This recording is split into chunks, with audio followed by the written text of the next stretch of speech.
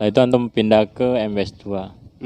Bukan pindah, dipindahkan. Oh, Kalau saya kan Samina wa oh Ata'na iya dari iya. pimpinan. Oh iya iya iya. Dipindahkan. Dipindahkan ke MBS 2. Assalamualaikum Sarkar. Waalaikumsalam warahmatullahi wabarakatuh. Kaif hal?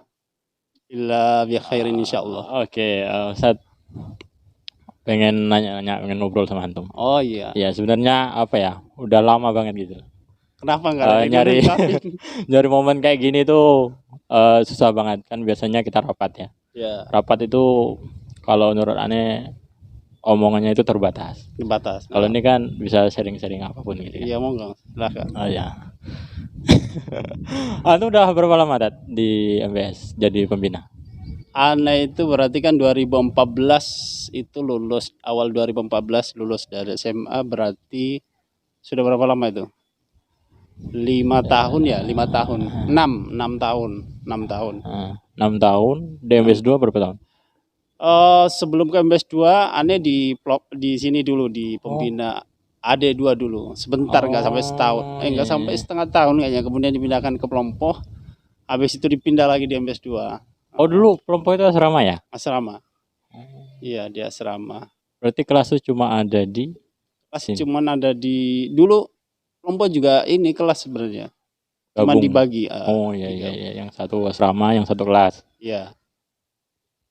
Nah, itu antum pindah ke MBS 2. Bukan pindah, dipindahkan. Oh. Kalau saya kan Samina wa Oh Ata'na iya dari iya. pimpinan. Oh iya iya iya. Pimpinan. Dipindahkan ke MBS 2. Habis itu antum ke sini lagi. Nah, waktu itu aneh kan belum baru ya di sini. Jadi belum tahu banyak juga tentang kepemimpinan MBS. Nah, biasanya itu kalau misalkan corona ini nggak ada, Corona enggak ada. nah, misalkan lagi nggak masa corona, itu sistem kepembinaan yang di Putra itu seperti apa, Tat? Jadi ya qadarullah ya. Hmm.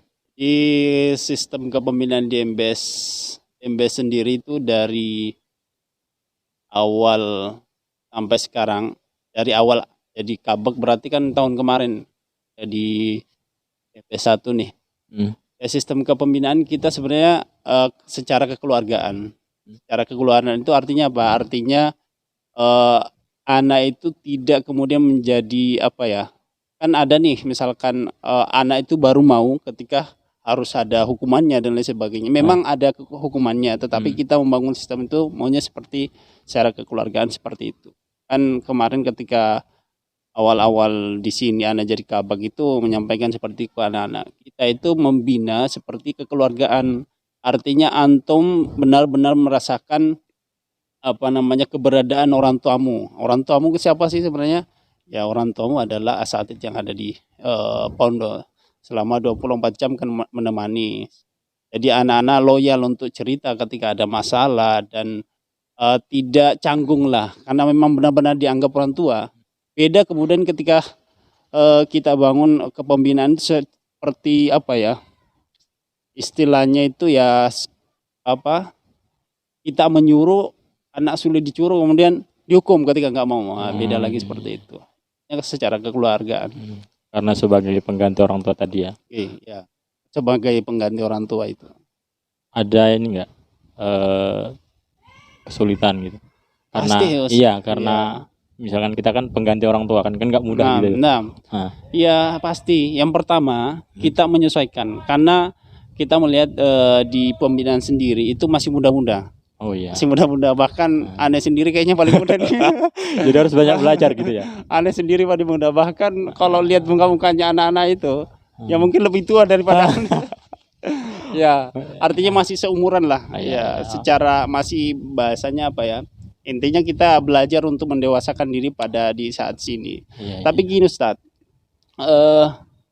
memang kendala itu pasti, tetapi kita berusaha kemudian, kan gini, saya pernah membaca buku itu bahwa sebaik apapun kita mengerjakan suatu pekerjaan, pasti ada komen atau omongan orang yang lain itu tidak suka. Jadi semuanya walaupun itu baik ya, tetapi pasti ada yang nggak suka. Tetapi kita jadikan komen itu yang tidak baik sebagai bahan bakar lah, bahan bakar untuk menjadi lebih baik.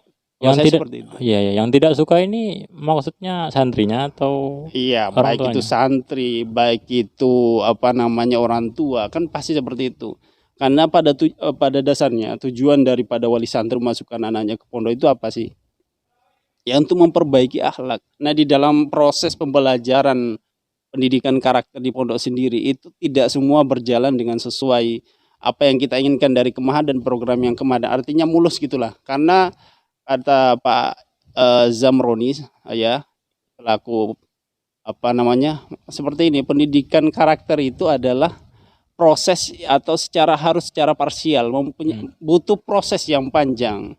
Contoh misalkan kita mengajarkan anak tolong buang sampah pada tempatnya, itu nggak mungkin anak kemudian secara spontanitas untuk setiap hari buang sampah pada tempatnya. Tetapi kalau ada pembiasaan, habitasi ya, habituasi atau pembiasaan kita ajarkan, insya Allah lama kelamaan akan menjadi karakternya yang baik seperti itu. Tapi gini Ustaz, kan antum tadi bilang kalau kita itu pengganti Orang tua. Nah, cara orang tua mendidik anak itu macam-macam. Iya. Sementara kita ini di sini itu berdasarkan kesepakatan. Artinya harus satu kepala. Nah, sementara orang tua itu ada yang modelnya memang keras, ada enggak. yang dibanja-banjakan gitu. Kalau kita kan otomatis untuk menetapkan satu ya misalkan sanksi lah katakan. Itu harus disatukan dulu. Apakah ini harus dengan teguran dulu atau langsung dengan agak sedikit keras misalkan, dengan ya sedikit gertakan atau gimana, itu gimana? Iya, jadi pondok ini kan mempunyai sistem, Ustaz. Sistem itu yang kita jalankan. Kalau misalkan ada masukan dari wali santri, kita tampung dulu, kemudian kita sosialisasikan kepada pimpinan. Jadi semua kebijakan, semua yang kita lakukan itu tersistem, Ustaz. Jadi tidak semerta-merta kita, misalnya aneh sebagai kabak itu leluasa terserah aneh gitu loh. Misalkan kamu ini enggak, tapi kita punya sistem yang ada di Mahadan itu sendiri. Nah, sistem ini yang menjalankan sistem ini. Kita enggak rubah-rubah. Toh misalkan ada perubahan kita sampaikan, dan itu sudah ada kesepakatan dari pimpinan, dan kemudian juga santri dan wali santri itu kan sudah ada SOP ketika baru masuk. Jadi nggak boleh kemudian harus siap, bahasanya harus siap menerima apa yang peraturan pondok jalankan. Jadi harus siap menjalankan apa yang sudah menjadi SOP di Kemahadan itu sendiri atau pondok. Jadi nggak, itu seperti itu. Nah misalkan nih si A misalnya dihukum, ada komentar dari walinya, dari orang tuanya, oh ini terlalu keras misalkan, oh ini bagusnya gini. Itu gimana? Itu kan berarti kan artinya itu tadi, ketika misalkan ada masukan dan itu masukan baik, ya kita tampung dulu, dan semua proses masukan itu tidak serta-merta kita kita langsung jalankan, enggak, tapi kita tampung dulu. Dan kalau misalkan cocok dengan program yang ada, ya kita itu jadi gini Ustaz, Kemahadan itu punya atasan. Nah, kalau saya sendiri kan sebagai kabak nih.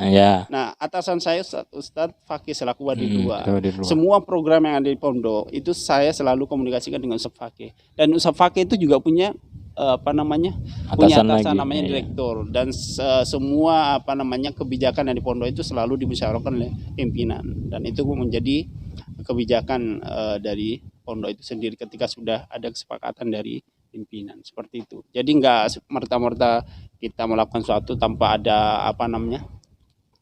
penguatnya, tanpa ada kebijakan yang jelas. Tapi pada akhirnya orang tua harus mengikuti kebijakan pondok. Harus mengikuti, memang harusnya seperti itu. Nah kalau misalkan ada santri baru nih, kan saya juga baru pertama terjun di ke kepembinaan. Emang dari dulu dari mana sih? Oh iya, saya dulu dari pondok juga saya. Iya, cuma kalau untuk terjun ke kepembinaan itu baru pertama kali.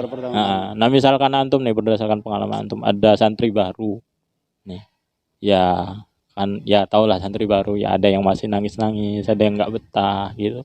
Nah cara antum sendiri untuk menangani itu gimana? Jadi itu udah pasti, setiap tahun itu pasti ada yang menangis, ada yang nggak betah. Iya, makanya Anda tanyakan. Pasti juga kayaknya pasti ada yang keluar. Oh, Apa sih ada yang keluar itu? yang santri baru? Yang santri baru. Oh. Nah, yang santri baru. Dan itu setiap tahun kita temukan. Pertanyaannya kemudian kenapa seperti itu? Ya karena ya kebiasaan di rumah, kemudian masuk ke lingkungan yang berbeda. Artinya masuk ke lingkungan pondok itu kan sangat berbeda dengan di rumah. Contoh misalkan anak itu di rumah biasanya pegang HP, kemudian dimanja-manjakan. Mati bos. Agak hidup. Masih ini kira mati. Iya. Ya seperti itu. Jadi artinya pembiasaan butuh. Dan setiap santri setiap tahunnya pasti ada yang keluar. Tapi kalau bisa sebisa mungkin kita mencegah ada yang keluar, anak yang keluar. Mencegah dengan cara apa? Dengan cara memberikan pelayanan terbaik. Ya itu tadi yang saya katakan di awal bahwa kita sebagai pembina yang ada 24 jam di pondok itu harus bisa menjadi teladan, harus bisa menjadi orang tua, pengganti orang tua yang ada di rumah. Orang tua sebenarnya seperti itu. Nah untuk ini komposisi pembina. Nah misalkan santri baru. Nah kira-kira pembina yang cocok ditaruh untuk di santri baru itu pembina yang seperti apa? Apakah yang memang sudah punya pengalaman sebelumnya atau misalkan yang baru kayak saya misalkan? Baru. Ya jadi pembina